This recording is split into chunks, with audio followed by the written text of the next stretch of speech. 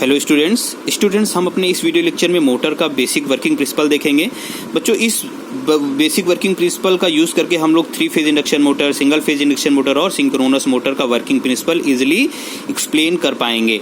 तो बच्चों, कहने का मतलब यह है किसी भी मोटर का वर्किंग प्रिंसिपल लिखने के लिए हमें एक बेसिक प्रिंसिपल देखना होगा। ये बेसिक प्रिंसिपल सारी ही मोटर में एप्लीकेबल होगा, जिसकी हेल्प से हम लोग सभी मोटर के वर्किंग प्रिंसिपल को इजीली एक्सप्लेन कर पाएंगे। तो बच्चों, किसी भी मोटर में बेसिकली 2 पार्ट्स होते हैं, एक स्टेटर होता है, दूसरा रोटर होता है। बच्चों, स्टेटर जो होता है वो डिवाइस का स्टेशनरी पार्ट होता है, बेसिकली जो आउटर मोस्ट पार्ट होता है, जो स्टेशनरी होता है, जो रोटेट नहीं करता है, उसे हम स्टेटर कहते हैं। दूसरा पार्ट रोटर होता है, जो रोटेटिंग पार्ट होता है मोटर का, उसको हम लोग रोटर कहते हैं। कोई भी मोटर आपकी तब रन करती है जब रोटर रन करता है। क्लियर होगी बच्चों ये बात? तो कहने का मतलब ये है किसी भी मोटर में पहले तो 2 पार्ट्स होंगे, एक स्टेटर दूसरा रोटर। अब दोनों ही पार्ट्स के अलग अलग फ्लक्स होंगे, दोनों ही पार्ट्स के इंडिविजुअल फ्लक्स होंगे। स्टेटर का फ्लक्स होगा और रोटर का फ्लक्स होगा। अब ये स्टेटर और रोटर का फ्लक्स कैसे आता है, कैसे मिलता है, वही मेन चीज़ है, उसको हम लोग देखेंगे जब हम लोग मोटर के वर्किंग प्रिंसिपल पढ़ रहे होंगे, अलग अलग मोटर के वर्किंग प्रिंसिपल। तो हम लोग उस चीज़ को वहाँ पे देखेंगे कैसे स्टेटर और रोटर के फ्लक्स आपको मिलते हैं।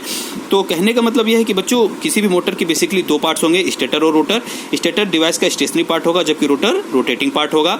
अब दोनों ही पार्ट्स के इंडिविजुअल फ्लक्स होंगे, स्टेटर का फ्लक्स और रोटर का फ्लक्स। ये दोनों बच्चे फ्लक्स जो होंगे वो आपस में क्या कर लेंगे, इंटरलिंक कर लेंगे। टेक्निकल वर्ड है इंटरलिंक, मीन्स दोनों फ्लक्स स्टेटर रोटर के अगर सेम डायरेक्शन में होंगे तो एड अप हो जाएंगे, अगर अपोजिट डायरेक्शन में होंगे तो सब्ट्रैक्ट होकर आपको क्या देंगे, नेट फ्लक्स देंगे। क्लियर होगी बच्चों ये बात? जब एड अप होंगे तो हाई फ्लक्स होगा नेट फ्लक्स की वैल्यू, जब अपोजिट डायरेक्शन में होंगे तो नेट फ्लक्स की वैल्यू लो हो जाएगी। तो अब इस नेट फ्लक्स की वजह से, फैराडे लॉ की वजह से आपका जब फ्लक्स मूव कर रहा होता है तो फैराडे लॉ की वजह से आपको क्या मिलता है, ईएमएफ मिलता है। जब वो रोटर के कॉन्टैक्ट में आ रहा होता है, रोटर कंडक्टर को कट कर रहा होता है आपका नेट फ्लक्स, तब आपको फैराडे लॉ से ईएमएफ मिल रहा होता है। तो कहने का मतलब ये है बच्चों, मोटर के बेसिक वर्किंग प्रिंसिपल के लिए आपको 2 फ्लक्स ही होंगे, एक स्टेटर का एक रोटर का। जब आपके पास 2 फ्लक्स आ जाएंगे, स्टेटर और रोटर के फ्लक्स, तो दोनों फ्लक्स को आप क्या कर लेंगे, इंटरलिंक कर लेंगे।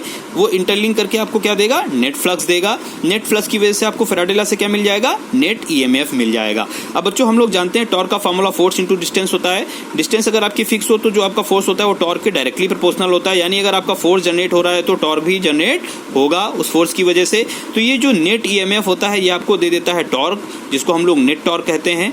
तो नेट फ्लक्स की वजह से नेट ईएमएफ की वजह से नेट टॉर्क। बच्चों, ये नेट टॉर्क जो होता है ये इस तरीके से अप्लाई हो जाता है, रोटर पे अप्लाई हो जाता है। जब रोटर पे अप्लाई हो जाता है, चूंकि रोटर रोटेटिंग पार्ट होता है, जब रोटर पे अप्लाई हो जाता है टॉर्क तो ये रोटर मूव करने लगता है। जब आपका रोटर मूव करने लगता है तो आपकी मोटर रन कर जाती है। तो बच्चों, यही हमारा बेसिक वर्किंग प्रिंसिपल था। तो अब बच्चों, जो स्टेटर का फ्लक्स है वो तो आपको सीधे जब आप सप्लाई देते हो तो सबसे पहले स्टेटर में ही देते हो, तो सप्लाई देते ही आपको स्टेटर का फ्लक्स मिल जाता है।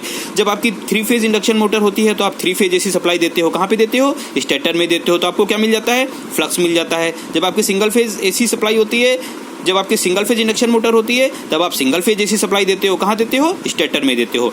यानी बच्चों, कहने का मतलब यह है कि जब सबसे पहले आप सप्लाई देते हो मोटर को तो वो कहाँ देते हो, स्टेटर में देते हो। तो जब आप स्टेटर में सप्लाई दोगे तो स्टेटर में सप्लाई देते ही क्या जनरेट हो जाएगा, फ्लक्स जनरेट हो जाएगा। अब बच्चों, जब सिंक्रोनस मोटर की हम बात, तो बच्चों जब 3 फेज की हम बात करेंगे तो जब 3 फेज इंडक्शन मोटर की बात करेंगे तो हमें स्टेटर में 3 फेज एसी सप्लाई देनी होती है। जब हम सिंगल फेज इंडक्शन मोटर की बात करेंगे तो स्टेटर में सिंगल फेज इंडक्शन मोटर देनी होती है, जिसकी वजह से फ्लक्स जनरेट हो जाता है। जब हम सिंक्रोनस मोटर की बात करेंगे बच्चों तो स्टेटर में हम 3 फेज और सिंगल फेज दोनों में से कोई भी सप्लाई दे सकते हैं सिंक्रोनस में, लेकिन 3 फेज बेटर होता है, उसका आउटपुट बेटर होता है, उसका रिस्पांस बेटर होता है, उसकी इफिशिएंसी बेटर होती है सिंगल फेज के कंपैरिजन में। इसीलिए जब हम सिंक्रोनस मोटर की स्टडी कर रहे होते हैं तब हम स्टेटर में क्या देते हैं, 3 फेज एसी सप्लाई देते हैं। तो सिंक्रोनस के केस में भी हम लोग 3 फेज एसी सप्लाई प्रेफर करते हैं स्टेटर में। तो 3 फेज के केस में तो 3 फेज एसी सप्लाई देंगे स्टेटर में, सिंगल फेज के केस में सिंगल फेज एसी सप्लाई देंगे, और सिंक्रोनस मोटर के केस में हम लोग स्टेटर में 3 फेज एसी सप्लाई देंगे, तो आपको सीधे सीधे फ्लक्स मिल जाएगा। अब रोटर का फ्लक्स आपको कैसे मिलता है, वही उसकी वर्किंग होती है, वो हम आगे जब मोटर के वर्किंग प्रिंसिपल पढ़ रहे होंगे डीप में, तब वहाँ पे एक्सप्लेन करेंगे कि रोटर का फ्लक्स आपको कैसे मिल रहा है। जब स्टेटर और रोटर के दोनों फ्लक्स आपको मिल जाएंगे तो दोनों फ्लक्स क्या कर जाएंगे, इंटरलिंक कर जाएंगे, आपको क्या दे देंगे, नेट फ्लक्स दे देंगे। वो नेट फ्लक्स आपको क्या करेगा, नेट ईएमएफ दे देगा। वो नेट ईएमएफ क्या करेगा आपको, इस तरीके से वो नेट ईएमएफ आपका नेट टॉर्क दे देगा। वो नेट टॉर्क आपका इस तरीके से अप्लाई हो जाएगा। कहाँ पे अप्लाई हो जाएगा, आपका रोटर में अप्लाई हो जाएगा। जब रोटर में अप्लाई हो जाएगा टॉर्क तो आपका रोटर रोटेट करने लगेगा, आपकी मोटर रन कर जाएगी। तो बच्चों, ये मोटर का बेसिक वर्किंग प्रिंसिपल था। अब हम लोग इसका एप्लीकेशन अलग अलग मोटर्स के लिए देखेंगे। Thank you.